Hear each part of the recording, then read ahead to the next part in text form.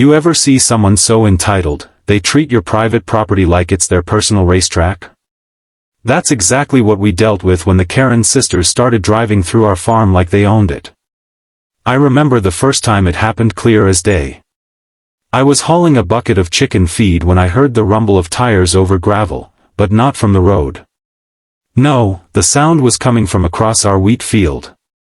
I looked up, and there they were, two women in a shiny white SUV, laughing, windows down, music blasting, just cutting straight through our crop rows like it was a paved shortcut. I froze in shock, staring at them, waiting for them to stop or at least realize they'd taken a wrong turn. But they didn't slow down one bit. They just kept going, tires spinning up dust, right through our land, and back onto the gravel road on the other side like they'd done it 100 times before. And sadly, they did. That day was just the beginning. Our farm sits on the edge of a long back road, the kind most folks avoid unless they live nearby. The paved highway curves around us, but if you cut through the southern end of our property, you can shave off about 4 minutes of drive time. 4 minutes. That's all it took for these two women to decide our land, our hard work, and our growing crops meant nothing. They saw an opening between two old fence posts and took it, making their own little shortcut. My grandpa, who's farmed this land for over 40 years, noticed the tire tracks before I even mentioned it. He's old school, quiet, strong, always watching. That evening, he sat on the porch, sipping sweet tea, eyes fixed on the field. He didn't say much at first. Just rocked in his chair, letting the wind carry his thoughts. I told him what I saw, and he nodded slowly. I figured as much. I seen those tracks. And I don't like it one bit. The next day, it happened again. Right around 4:30 p.m. Like clockwork, the same SUV barreled through the field. I ran out, waving my arms, trying to get their attention, thinking maybe they didn't realize it was private land. The driver, blonde hair, sunglasses, phone in one hand, looked at me like I was a bug on the windshield. The passenger, her sister I assumed, just laughed and flicked me off as they roared by, kicking dirt into my boots. I was stunned. I had no clue people could be that brazen. That entitled. I walked back to the porch, furious, and Grandpa stood up, brushing off his overalls. "That's not just trespassing," he muttered, "that's disrespect." And disrespect on a man's land? That don't fly here. That night at dinner, the topic came up again. My mom said we should call the sheriff, maybe file a report. Grandpa shook his head. Sheriff's got bigger fish to fry than a couple of Karens who think the world belongs to them. He was right, but I still felt helpless. Every farmer knows how much care and work goes into a field. That wheat wasn't just dirt and grass, it was hours of planting, checking irrigation, testing soil, praying for good weather. And every time those women cut across, they crushed rows of that effort under their good years. We tried subtle warnings. Grandpa hammered a sign into the soil where they usually entered, "Private property, no trespassing." I helped him drag a few old tree limbs over the path and even set up orange safety cones we had in the shed. It looked obvious, deliberate, there was no way someone could miss it unless they were trying to. The next day, they saw it. They slowed down just a little, swerved dramatically around the cones, and kept on going. The sign? Knocked over and broken in half. The tree limbs? Run over like they were twigs. And the worst part? They laughed while doing it. I heard it. Loud, cackling laughter, like they were having the time of their lives trampling through someone else's hard work. That was the moment Grandpa changed. Not angry. Not yelling. Just, quiet. He went into the barn, grabbed a beer from the fridge, and sat at his workbench. "We gave Em a chance," he said to no one in particular. They didn't listen. "Next time, the land will speak for itself." He had that look in his eye, the one he got when fixing something nobody else could fix. A glint of resolve, quiet fury behind calm eyes. I didn't know what he meant at the time, but I knew one thing for sure, the Karen sisters had no idea who they were messing with. That evening, I went out and stood by the edge of the field again. Just me and the growing wheat, swaying in the breeze. I traced the tire tracks with my boot, feeling the crushed plants beneath. The land was tired. Disrespected. And if Grandpa had anything to say about it, it was about to get its revenge. Because on our farm, we don't scream or shout, we don't post videos or argue online. We fix things. And what needed fixing now was a lesson those two sisters were going to learn the hard way. The very next morning, Grandpa woke up before the sun, just like he always did. But this time, instead of heading out to check on the chickens or fire up the tractor, he made a quiet walk to the old barn. I watched from the window, sipping coffee, wondering what he had planned. He didn't say a word to me that morning, just gave a slight nod like he already had it all figured out. A few minutes later, I heard the clatter of old boards and the low hum of Grandpa humming a tune he used to sing when fixing fences. I walked out to the barn and found him pulling out a bunch of rusted nails, scrap wood, and a coil of barbed wire that hadn't seen daylight in years. He didn't have to say it, I knew what he was building. This wasn't about revenge or anger. It was about teaching a lesson to people who refuse to be taught any other way. "I'm not hurting nobody," he finally said. "Just giving their car something to remember." He was laying out a pattern with the boards, attaching small strips of dull metal and screwing in old nails at an angle. They weren't sharp enough to pop a tire dangerously, but they'd definitely tear up the undercarriage if you flew over them at high speed. He called it farm justice, not illegal, just inconvenient enough to make someone think twice.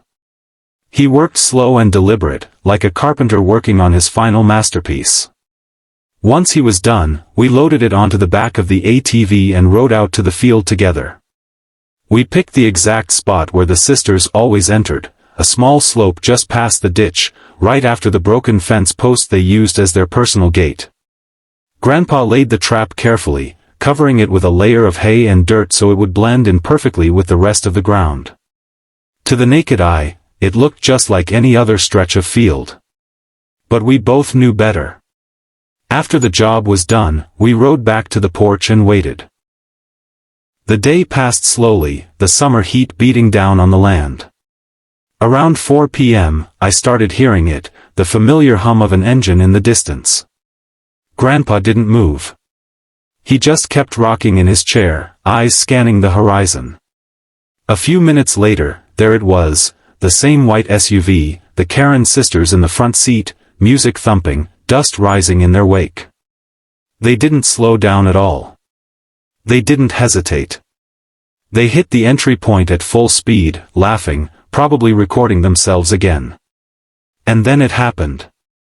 The front tires bounced over the edge of the hidden boards and then came a sound I'll never forget, a deep, scraping crrrunnch, followed by a hollow thud as something underneath their car caught the metal and tore loose.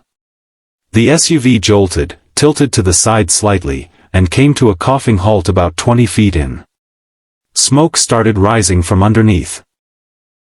One of the sisters, the driver, slammed her door and jumped out, staring at the underside like it had betrayed her. The other one got out slower, cursing loud enough for us to hear from the porch. "What the heck did we hit?" she yelled. They bent down to look under the car and saw what Grandpa had laid for them, and their faces twisted from confusion to horror to rage. They pulled out their phones immediately. We figured they were calling the police or maybe a tow truck.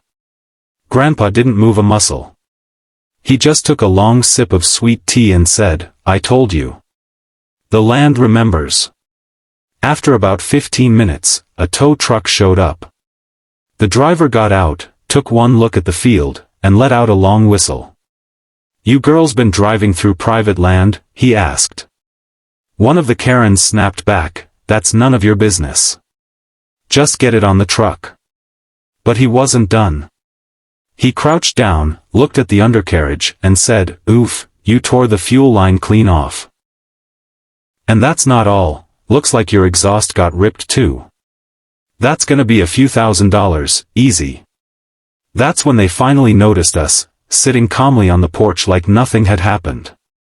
The passenger stormed toward us, stomping through the dirt like she was going to give us a piece of her mind. Grandpa stood up slowly, not angry, just firm. She stopped a few feet away and shouted, "You think this is funny? You did this, didn't you?" Grandpa nodded slowly. "We put up signs. You knocked them down. We blocked the path. You drove over it. We warned you without words." Now the field spoke for itself. She stared at him, stunned, mouth opening and closing like she wanted to say something but couldn't find the words. Then she muttered something under her breath and stomped back to the car. An hour later, the sheriff showed up. Someone must have called it in. He was a local guy, knew Grandpa well. After looking at the damage, he turned to us and asked, "They been warned?" Grandpa handed him photos of the broken sign, the tire tracks, and even some trail cam footage we had from last week showing them cutting through the crops. The sheriff looked it all over and said, "Well, looks like they were trespassing clear as day. Don't see a crime on your end, sir." The Karen sisters protested, but the sheriff shut them down. "You're lucky this old man didn't put up steel spikes. Be thankful your car's all that got hurt." They got towed off in silence. No more music. No more laughter. Just the sound of defeat as the tow truck hauled their mangled SUV back onto the road. Grandpa and I stood there for a while, watching the dust settle. The field was quiet again. Peaceful. The way it should have always been. Grandpa turned to me and said, "Sometimes, folks don't learn from warnings. Sometimes, the land has to teach the lesson itself." And from that day on, no one ever tried cutting through our farm again. After the Karen sisters' car got towed away, I figured that was the end of it. Lesson delivered, message received, peace restored. But you know what they say, some people don't learn the first time. Or the second. Or ever. The very next day, I saw something that made my jaw tighten. A different car, smaller this time, a black crossover SUV, rolled past the edge of the field around the same time in the afternoon. It didn't cut through the field like the sisters did, but it slowed way down right by the broken fence post. Just sat there idling. The windows were tinted, but I had a feeling who it was. A minute passed. Then two. Finally, the car drove off. I looked at Grandpa, who was already staring in that direction with narrowed eyes. "They're scouting," he muttered. "Checking to see if we're still watching." Turns out, they weren't quite done. But neither was Grandpa. Later that evening, Grandpa and I walked the field, checking on the crop damage again. The metal board trap had done its job, but a few wheat rows near it were still flattened. Grandpa sighed and rubbed the back of his neck. "Took me 4 weeks to get this row straight," he muttered. "And they flattened it in 15 seconds. I could see the weight on his shoulders. Not just about the field. About the principle of it all. They think this is just land. Dirt and grass," he said. "But this is our history. Our family. You know your great-grandpa died right here in this field, baling hay when the sunstroke hit him? He gave everything for this place." His voice cracked slightly, which it never did. I nodded, feeling the seriousness settle in my chest like a stone. This wasn't just a prank. It was an attack on something sacred. That night, Grandpa went full defensive. He pulled out trail cameras from the storage shed and had me help him mount them to trees and fence posts facing every possible entry point. We ran the wires to a small old monitor in the barn and made sure the battery backups were charged. Then he got a wild idea. "We're gonna make it look like the field's haunted," he chuckled, half serious. He pulled out a motion sensor floodlight, one of those really bright ones we use for the chicken coop, and installed it right near the entry path. Then he hung up a bunch of old wind chimes and reflective CD discs from the branches near the fence. "They'll see lights, hear noises, think we're witches or something," he grinned. "Maybe that'll scare 'em off." I laughed with him, but deep down I knew this wasn't about scares anymore, it was about showing them we were done being passive. For the next couple of days, things were quiet. No cars. No tire tracks. Just the usual wind across the wheat, the cows mooing out back, and Grandpa working with a peaceful kind of focus. We thought maybe, just maybe, the sisters had finally gotten the message. But then, on Saturday afternoon, while we were out behind the barn fixing a broken fence, one of the trail cams buzzed. I checked the little monitor and froze. There it was again, the same black SUV, parked at the edge. But this time, the passenger door opened. And sure enough, it was one of the Karen sisters, camera phone in hand, recording the field like she was filming evidence for a court case. "Looks like she wants to build her case," I said. Grandpa nodded. "Let her." We didn't move from the barn, just watched from a distance. She walked along the fence line, taking pictures of the sign, the cones, even zooming in on the tire tracks that led into the damaged part of the field. At one point, she bent down and picked up one of the flattened signs, turned it around like she was looking for something to blame us for. When she got back in the SUV, they didn't drive through the field, but they stayed parked for almost 30 minutes, just watching. It gave me a chill. They weren't just being careless anymore. Now they were planning something. Grandpa wasn't one to take chances. That night, he called in an old friend from town, Mr. Hal Thomason, who worked in fencing and property boundaries. Hal came by the next morning with some official-looking paperwork, maps, and a whole bundle of "no trespassing, violators will be prosecuted" signs backed by the county code. We spent the whole morning placing them around the property with fresh posts and bright red paint. Grandpa even made copies of the deed and property map to keep in the truck and house. "If they try something legal," he said, "we'll be ready." But the Karen sisters weren't done with games. The following week, a notice showed up in the mailbox, a formal complaint filed to the county board. They claimed our fence posts were blocking historic access, and that our unauthorized barriers were endangering motorists. Motorists. On a wheat field. Grandpa shook his head in disbelief. "Now they're trying to twist the law," he muttered. "That's how they do it. Use big words and paper to hide the fact they've been trespassing." Luckily, Hal had already prepared for something like this. He helped us send a counter-statement with photos, time-stamped videos, and 3 years of records showing our field's layout and maintenance. The complaint went nowhere, the county shut it down within a week, siding firmly with us. But the damage was done in a different way. It wasn't just about the field anymore. It was about people trying to bully and manipulate their way into having control over something they never owned. And that didn't sit right with Grandpa, or me. One evening, we sat by the porch again, just like old times. The sunset was golden, soft light casting long shadows across the wheat rows. It felt peaceful again. I asked Grandpa, "Do you think they'll try something else?"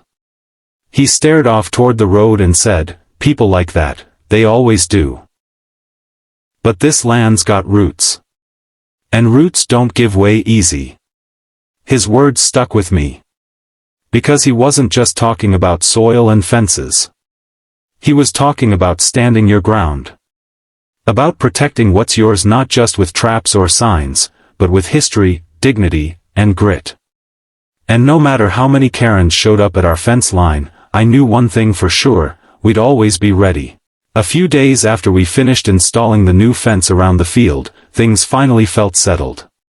The fresh wooden posts stood firm, strung with tightly stretched wire, and a big metal gate now blocked the entry point where the Karen sisters used to fly through like it was their personal racetrack. For the first time in weeks, the land looked undisturbed, no fresh tire tracks, no broken stalks, no orange flags poking out of the soil. Just rows of young wheat swaying gently in the breeze, like they were finally able to breathe. Grandpa leaned on the new gate with a small grin on his face, like a man who just closed the final chapter of a long story. "Now let's see them try to drive through this," he said, giving the post a light knock with his knuckles. It wasn't just about the barrier. It was the principle. The sisters had disrespected the land, the family, and the work we poured into every square foot. And after all the signs, the warnings, the broken crops, and even a filed complaint, they still thought they were above consequences. But not anymore. The fence wasn't just wood and wire, it was the end of their shortcut, literally and figuratively. That weekend, something unexpected arrived in the mail. A certified letter. Grandpa opened it slowly, like he already knew what it was. Sure enough, it was from a small local law office, a formal apology written by one of the sisters' uncles, who happened to be a semi-retired lawyer in town. It didn't read like your typical lawyer speak either.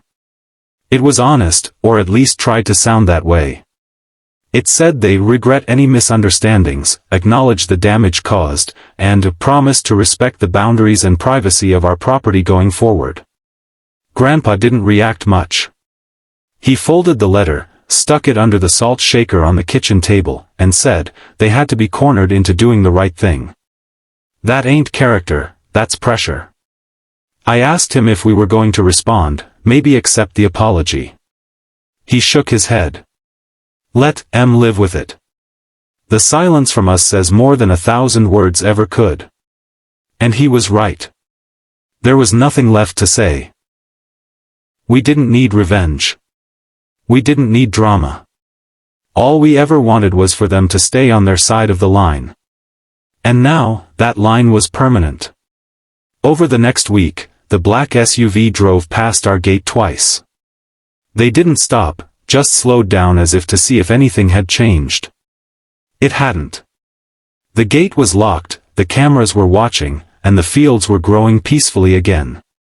The damage they'd done would take time to heal, but we weren't bitter, we were focused. The land was bouncing back, and so were we. Neighbors started dropping by more often. Some offered to help with repairs, others just came to chat. Turns out, we weren't the only ones they'd annoyed. 2 other folks from down the road said the sisters used to speed past their homes, blaring music and tossing fast food wrappers out their windows. But now that the community had seen how far they'd gone, even their supporters had gone quiet. The town had a long memory, and once you showed your true colors, people didn't forget. One afternoon, as the sun dipped low and cast gold across the fields, Grandpa and I sat on the porch again. He held his usual cup of sweet tea, boots up, hat tilted low. I asked him if he ever thought they'd come back and try something again. He looked out over the field and said, they might try. But we'll always be ready. And this land, it's tougher than them. It's got generations of fight in it. That moment stayed with me. Not because of what we'd been through, but because of what we'd protected. This farm, this land, and everything it stood for, it wasn't just soil and seed. It was history. Legacy. A quiet kind of power that couldn't be stolen by shortcuts or scare tactics. And as long as we stood by it, no Karen, no complaint, and no SUV would ever break through again.